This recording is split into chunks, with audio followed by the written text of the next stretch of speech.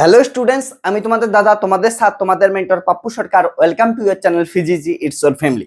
এই ভিডিওতে আমরা ডিসকাস করব যারা যারা বিএসসি ফিজিক্স কমপ্লিট করার পরবর্তীতে হায়ার এডুকেশন করার জন্য এমএসসি করার ইচ্ছা আছে, তারা এমএসসি তে কি কি নিয়ে পড়াশোনা করতে পারে, এবং এমএসসির পরবর্তীতে যদি পিএইচডি করার ইচ্ছা থাকে কারো, তখন কোন টপিকটা নিয়ে রিসার্চ করা সব থেকে ইম্পর্টেন্ট হচ্ছে, বা এখনকার দিনে হট টপিক কি, এবং কোন রিসার্চ টপিকগুলো নিয়ে আমরা যদি পড়াশোনা করি তাহলে কেরিয়ারের গ্রোথ বেশি হওয়ার সম্ভাবনা আছে, আমরা সমস্ত কিছু এই ভিডিওতে ডিসকাস করব। এবং সঙ্গে সঙ্গে এই বিএসসি ফিজিক্স বা এমএসসি ফিজিক্স করার পর কি কি আমাদের কেরিয়ার অপশনগুলো থাকতেছে সেগুলো এই ভিডিওতে আমরা ডিসকাস করব শর্ট ভিডিওর মাধ্যমে। ওকে, সো এই ভিডিওটার মধ্যে আমি যেই জিনিসটা নিয়ে মেইনলি ফোকাস করতেছি সেটা হচ্ছে এমএসসি কোর্স, এমএসসি ফিজিক্স কোর্সে মানে কি কি তোমাদের টপিক গুলো থাকতেছে, অর্থাৎ বিএসসি ফিজিক্স এর পর তুমি কোন কোন অপশনের মধ্যে প্রবেশ করতে পারো। ঠিক আছে, অনেকগুলো আমি এখানে তোমাদের জানাবো। সেটা প্রথম হচ্ছে তোমরা কি করতে পারো, দেখো বিএসসি পড়তেছো, বিএসসি পড়ে নর্মালি তোমরা এমএসসি তে অ্যাডমিশন নিয়ে নিতে পারো, যে কোনো নর্মাল ভাবে এমএসসি করতে পারো।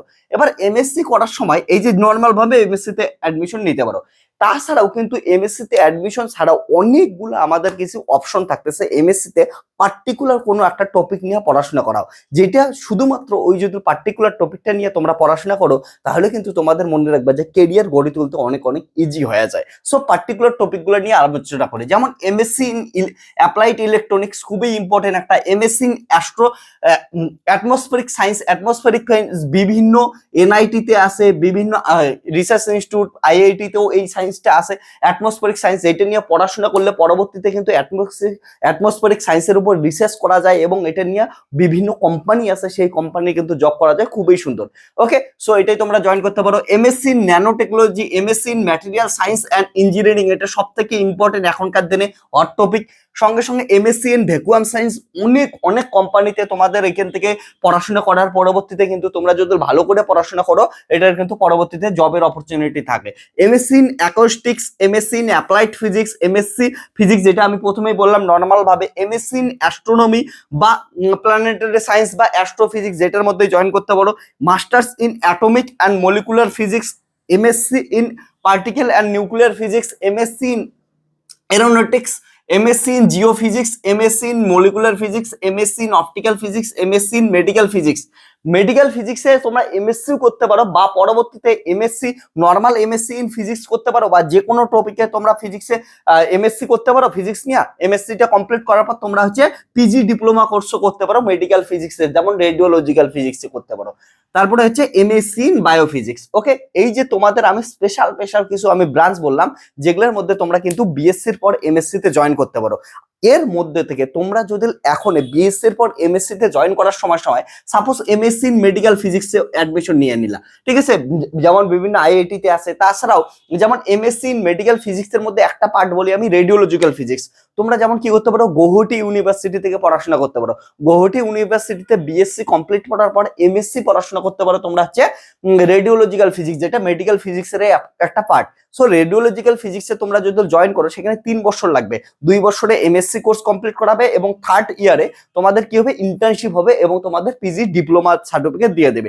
MSc in radiological physics complete হবে, এবং এটা কমপ্লিট করার পরবর্তীতে কিন্তু বিভিন্ন ক্যান্সার হসপিটাল, বিভিন্ন গভর্নমেন্ট বা প্রাইভেট হসপিটালে কিন্তু জব হয়ে যায়, এবং হাই প্যাকেজের জব হয়ে যায়। যেমন আমার চেনা জানা একটা বন্ধুর কথাই বলতেছি, হচ্ছে 12 লাখের প্যাকেজ, তার থেকেও বেশি প্যাকেজ যাইতে পারে। যেমন আমি বলতেছি, এখন তোমরা গৌহাটি ইউনিভার্সিটিতে সাপোজ পড়াশোনা করতেছো, তোমরা কিছুদিন আগেই খবর পাইছো যে গৌহাটিতে এইমস খুলতেছে, গৌহাটিতে একটা হচ্ছে টাটার ক্যান্সার হসপিটাল খুলতেছে।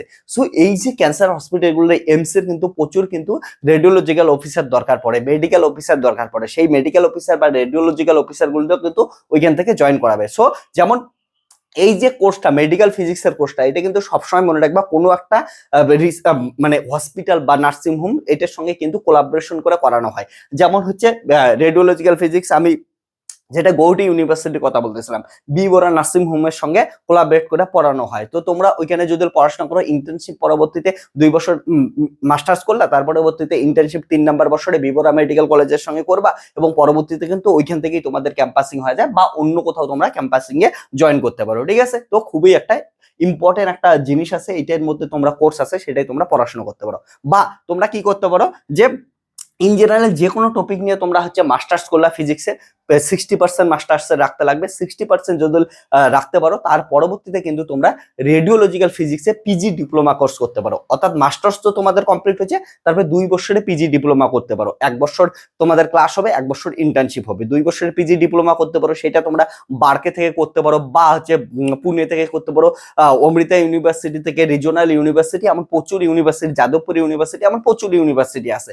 সেই ইউনিভার্সিটিগুলো থেকে তোমরা পরবর্তীতে কিন্তু রেডিওলজিক্যাল ফিজিক্সের ডিপ্লোমা কোর্স করতে পারো। ঠিক আছে, খুবই ইম্পর্টেন্ট একটা কোর্স। এখনকার দিনে অনেক জব অপরচুনিটি থাকে এইখান থেকে। এই কোর্সটা কমপ্লিট করার পর কেউ বসে থাকে না। ঠিক আছে, তোমাদের তো হচ্ছে 12 লাখ, 14 লাখ, 15 লাখের প্যাকেজ তো চলেই আসবে, বা 10 লাখের প্যাকেজ তো চলেই আসবে। তো ডিপেন্ড করে পরবর্তীতে তোমরা পড়াশোনা কেমন করে করতেছো। সো তোমরা এটার মধ্যে জয়েন করতে পারো। এমএসসি ইন মেডিকেল ফিজিক্সে জয়েন করতে পারো, যেমন হচ্ছে আইআইটি তে আছে, আইআইটি তেও তোমরা জয়েন করতে পারো।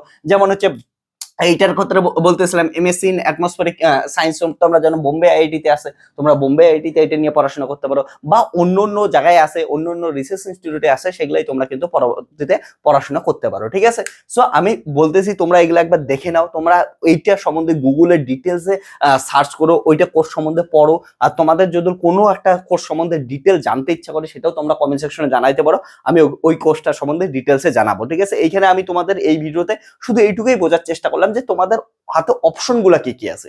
অনেকের হয় বিএসসি কমপ্লিট হয়, অপশনসই বোঝে না যে এর পরবর্তীতে বিএসসির পর এমএসসি ফিজিক্সে কতগুলো অপশন আছে। এমএসসি ফিজিক্সে আমি যেগুলো লিখলাম এরও বাইরে থাকতে পারে। ওকে, সো এতগুলো অপশনস তো আমি তোমাদের সামনে দিলাম। তো এগুলোর মধ্যে যাইতে পারো, একটা হচ্ছে পার্টিকুলার তোমরা হচ্ছে টপিক নিয়ে তোমরা পড়াশোনা করতে পারো, এবং ওইটা দিয়ে পরবর্তীতে ওই রিলেটেড যে জবগুলো আছে সেগুলোর মধ্যে তোমরা যেতে পারো। ঠিক আছে, এবার আমি বলবো তোমাদের এমএসসি কমপ্লিট হওয়ার পর তোমরা যদি রিসার্চ করতে চাও, কারো যদি রিসার্চ করতে ভালো লাগে, পিএইচডি করতে ভালো লাগে, তাহলে তোমাদের কি করতে লাগবে? এই বিএসসির পর যখন এমএসসি তে অ্যাডমিশন নিবা, অ্যাডমিশনের সময় কিন্তু ঠিক করতে লাগবে যে আমি পিএইচডি করব। ওকে, এবং যে টপিকটা নিয়ে পিএইচডি করতে চাও বা তোমার যে টপিকটা ভাল লাগে, সেই টপিকটা নিয়ে ডিটেলসে পড়াশোনা করো। ওকে, ওই টপিকটার উপরেই প্রজেক্ট করো, ওই টপিকটার উপরেই স্যারের সঙ্গে কথা বলো। ঠিক আছে, ওই টপিকটারই রিসার্চ পেপার পড়ো। তো অন্য টপিকগুলো জানবা, সেটা দরকার, কিন্তু সঙ্গে সঙ্গে ইম্পর্টেন্ট যে টপিকটা নিয়ে রিসার্চ করতেছো, ওই টপিকটা নিয়ে তোমার জ্ঞান ভালো থাকা উচিত। যদি তোমার রিসার্চ কমপ্লিট থাকে, ভালো করে জ্ঞান থাকে, তোমার যদি ইন্টারেস্ট থাকে, তাহলে তোমাদের রিসার্চ করার পরবর্তীতে তোমাদের ক্যারিয়ারে কিন্তু অনেকটা গ্রোথ দেবে। ওকে, সো তোমার যে টপিকটা ভালো লাগে সেই টপিকটার উপরেই তুমি রিসার্চ করো। কিন্তু আমি তারপরেও তোমাদের একটা জিনিস সাজেস্ট করি, কেউ যদি ঠিক করতে না পাও যে আমার কিসের উপর আমি পড়াশোনা করব, কিসের উপর রিসার্চ করব আমি জানি না, আমার একটা রিসার্চ হলেই হবে, কিন্তু সেটার জন্য কেরিয়ারের অপশন ভালো থাকে। সেটার জন্য আমি তোমাদের বলতেছি, এখনকার এই গ্লোবাল সিচুয়েশনে সব থেকে যেটা জরুরি জিনিস সেটা হচ্ছে এনার্জি। তো এনার্জির উপর তোমরা যদি রিসার্চ করো, যে কোনো জিনিস নিয়ে এনার্জির উপর রিসার্চ করো, তাহলে তোমাদের কিন্তু পুরা গ্লোবালের মধ্যে সব থেকে ভালো কোম্পানিতে তোমরা জব পাইতে পারো। কারণ সব কোম্পানির একটাই টার্গেট থাকে, সেটা হচ্ছে এনার্জি কনজাম্পশন। তো এনার্জি রিলেটেড পড়াশোনা করলে তোমাদের কিন্তু অনেক বড় একটা তোমাদের হচ্ছে জব মার্কেট তৈরি হয়ে যাবে। তার জন্য তোমরা সেখানে গিয়ে জব নিতে পারো, গ্লোবাল মার্কেটে তোমরা জব নিতে পারো। তোমাদের বলি আমি, ইউরোপিয়ান বিভিন্ন কান্ট্রিতে যেমন হচ্ছে অনেক অনেক রিসার্চ ইনস্টিটিউট আছে, যেগুলোর থেকে হচ্ছে প্রচুর প্রচুর স্টুডেন্ট নিতেই থাকে, জব বড় বড় কোম্পানিতে নিতেই থাকে। যেমন অপটিক্যাল ফিজিক্সের ক্ষেত্রে বলতেছি, ঠিক আছে, যেটা photonics, light matter interaction, light matter ইন্টারাকশনের যে পড়াশোনা আছে, ফোটোনিক্স নিয়ে পড়াশোনা, অপটিক্সের উপর পড়াশোনা, সেটা কিন্তু ইউরোপিয়ান কান্ট্রিতে একটা করে আলাদা আলাদা ইউনিভার্সিটি আছে, যে ইউনিভার্সিটিগুলো থেকে মানুষ পড়াশোনা করে এবং পরবর্তীতে বিভিন্ন অপটিক্যাল ইনস্ট্রুমেন্টের কোম্পানিগুলোয় যুক্ত হয়ে যায়। কারণ এই পৃথিবীতে সব থেকে ইম্পর্টেন্ট জিনিস হচ্ছে অপটিক্যাল। আজকে এইখান থেকে যদি কানাডাতে ফোন করতে লাগে, বা এইখান থেকে যদি আমি জার্মানিতে ফোন করি, সঙ্গে সঙ্গে আমাদের কথা যাচ্ছে, কি দিয়ে যাচ্ছে? আমাদের অপটিক্যাল, আমাদের সমুদ্রের নিচে যে অপটিক্যাল ফাইবার বসানো আছে সেটার ভিতরে যাচ্ছে। সো এই অপটিক্যাল ফাইবারের ক্ষেত্রে কেমন করে কাজ হয় সেগুলোর উপর তোমরা রিসার্চ করতে পারো। এগুলো খুবই একটা ইম্পর্টেন্ট টপিক। এনার্জি নিয়ে রিসার্চ করতে পারো। আর সব থেকে ইম্পর্টেন্ট জিনিস, এখনকার দিনে মোবাইল দেখতেছো, যা কিছু দেখতেছো, সবকিছুর মধ্যে কি আছে হচ্ছে চিপ আছে, অর্থাৎ সেমিকন্ডাক্টর ফিজিক্স আছে। তো সেমিকন্ডাক্টর নিয়ে রিসার্চ করতে পারো, খুবই হট টপিক। এটা হচ্ছে এমন একটা কমার্শিয়াল টপিক যেটার উপর কিন্তু প্রচুর প্রচুর জব হয়। সো তোমরা কি করতে পারো, সেমিকন্ডাক্টর বা ন্যানো ফিজিক্সের উপর তোমরা কি করতে পারো, রিসার্চ করতে পারো। সঙ্গে সঙ্গে আরো সব থেকে একটা ইম্পর্টেন্ট জিনিস হচ্ছে ম্যাটেরিয়াল সায়েন্সের উপর, যদিও সেমিকন্ডাক্টরের মধ্যেই জিনিসটা পড়ে, ম্যাটেরিয়াল সায়েন্সের উপর রিসার্চ করতে পারো। কারণটা ডিফারেন্ট ডিফারেন্ট ম্যাটার যত আবিষ্কার করতে পাবা, যত ওটার সম্বন্ধে জানতে পাবা, অতই ভালো। এবং এই জিনিসটা কোম্পানির দরকার। সাপোজ তুমি উদাহরণ হিসেবে বলি, আগেকার দিনে মোবাইল কেমন ছিল, কত ভারী মোটা, আর এখনকার দিনে মোবাইল কি হচ্ছে, একদম পাতলা একটা হালকা লাইট কালার লাইট মোবাইল হয়ে গেছে। আগেকার দিনে মোবাইলের ব্যাটারির যত ভারী ছিল এখন পুরো মোবাইলটার ভারী অতটা না। এটা কিসের জন্য হয়েছে? কারণটা হচ্ছে বিভিন্ন টাইপের ম্যাটেরিয়ালের এভলিউশন আসছে, আলাদা আলাদা ম্যাটেরিয়াল খোঁজ পাইছে, যে ম্যাটেরিয়ালটা হালকাও হবে কিন্তু আমাদের কি হবে যে সেটা নষ্ট হবে না সহজে। তো এমন ধরনের ম্যাটেরিয়ালের খোঁজ, তার জন্য ম্যাটেরিয়াল সায়েন্সের উপর পড়াশোনা করতে পারো। তার জন্য মোস্ট ইম্পর্টেন্ট রিসার্চ টপিক হচ্ছে এনার্জি রিলেটেড পড়াশোনা করতে পারো, ম্যাটেরিয়াল সায়েন্স, তার মধ্যে সেমিকন্ডাক্টর, ন্যানো সায়েন্স, অপটিক্যাল, ওকে, অপটিক্যাল যেটা ফোটোনিক্সের আমি কথা বললাম, ঠিক আছে, অপটো ইলেকট্রনিক্স অর্থাৎ লাইট ম্যাটার ইন্টারঅ্যাকশন, এগুলো নিয়ে পড়াশোনা করতে পারো। আর হচ্ছে এনার্জি রিলেটেড, যেমন বিভিন্ন তোমরা ইউনিভার্সিটিতে বা বিভিন্ন আইআইটিতে যাবা, তোমরা দেখবা এনার্জির আলাদা ডিপার্টমেন্টেই আছে।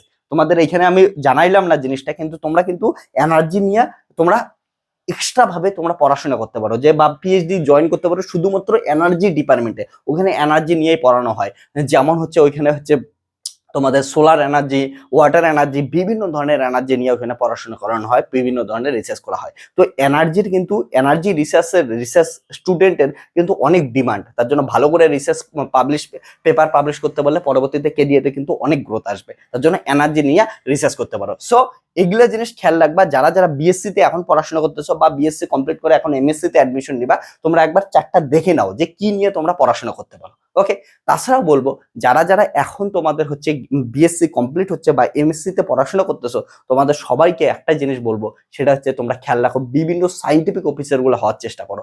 যেমন তোমরা আইপিআর অফিসার হইতে পারো, এএমডি হইতে পারো, আইএমডি সাইন্টিফিক অফিসার হইতে পারো, এনপিসিএল এর সাইন্টিফিক অফিসার হইতে পারো। এই যে সাইন্টিফিক অফিসারের জবগুলো আছে, তোমাদের কিন্তু গ্রাজুয়েশনের পরবর্তীতে গ্রাজুয়েশনের 60% থাকলেই তোমরা হচ্ছে অ্যাপ্লাই করতে পারছো। তার জন্য সবাইকে বলবো, এই যে বিভিন্ন এনপিসিএল বছরে 3 বার 4 বার রিক্রুটমেন্ট করে, মিনিমাম তো 3 বার রিক্রুটমেন্ট হয়। তো তোমরা কিন্তু এই রিক্রুটমেন্ট গুলোর জন্য কি করতে পারো, অ্যাপ্লাই করতে পারো। অ্যাপ্লাই করার পর সাইন্টিফিক অফিসার হতে পারো, অ্যাসিস্ট্যান্ট সাইন্টিফিক অফিসার। সো তোমরা এই পোস্টগুলো খালি থাকতেছে, ফিজিক্সের স্টুডেন্টের জন্য কেরিয়ারে অনেক অপশন থাকতেছে।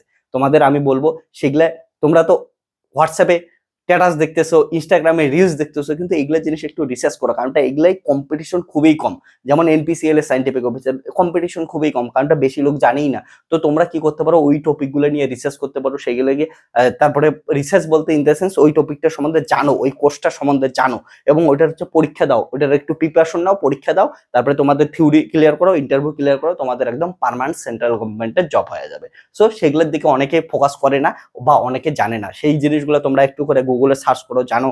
এবং কোনো টপিক সম্বন্ধে আবার বলতেছি, যদি জানতে ইচ্ছা করো কমেন্ট সেকশনে জানাও, তাহলেও আমি ওই টপিকটা নিয়ে ডিটেলসে ভিডিও বানাবো তোমাদের সঙ্গে। সো যারা যারা বিএসসি তে পড়াশোনা করতেছো, তাদের ক্ষেত্রে এটা মনে রাখবা যে তোমাদের ইন্টারেস্ট অনুযায়ী কিন্তু পরবর্তীতে তোমরা অ্যাডমিশন নিতে পারো। অনেকের অ্যাস্ট্রোফিজিক্সে খুবই ভালো লাগে, তোমরা ঠিক আছে এখন থেকে ভালো করে পড়াশোনা করো, পরবর্তীতে তোমরা অ্যাস্ট্রোফিজিক্স নিয়ে পড়াশোনা করবা, ঠিক আছে। এমন অনেক ধরনের আমি তোমাদের দেখাই দিলাম। ও তারপরে তো বলিনি যে যেমন এখানে যেমন দেখতে হচ্ছে এমএসসি ইন অ্যাপ্লাইড ইলেকট্রনিক্স আছে, তেমনই কিন্তু এমএসসি ইন ইনস্ট্রুমেন্টেশন আছে, ঠিক আছে।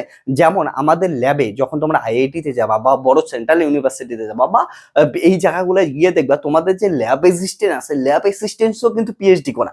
ওকে, ল্যাব অ্যাসিস্ট্যান্টেরও বেতন অনেক, ঠিক আছে, নর্মাল কলেজের মতো না। এটা কিসের জন্য হয়? কারণটা ওনারা পড়াশোনা করে, কোথায় হচ্ছে ওনারাও পিএইচডি করছে কিসে, ইনস্ট্রুমেন্টেশনের উপর পিএইচডি করছে। তার জন্য তোমরা কিন্তু এমএসসি ইনস্ট্রুমেন্টেশনও করতে পারো, ঠিক আছে। যেটা যেমন হচ্ছে এনআইটি তে আছে, এনআইটি কোথায় আছে আমি এক্স্যাক্টলি এখন ভুলে গেলাম, অনেক জায়গায় আছে, তোমরা কিন্তু ওগুলাই কিন্তু অ্যাডমিশন নিতে পারো। সো ডিটেল জানতে গেলে, আরো যদি কোনো কোর্স সম্বন্ধে জানতে লাগে, কমেন্ট সেকশনে কমেন্ট করো এবং বন্ধুদের সঙ্গে এই ভিডিওটা শেয়ার করে দাও। আরো ডিটেলস নিয়ে আমি একটা একটা করে ভিডিও আনতে থাকবো। Tata bye bye, take care, দেখা হচ্ছে নেক্সট ভিডিওতে।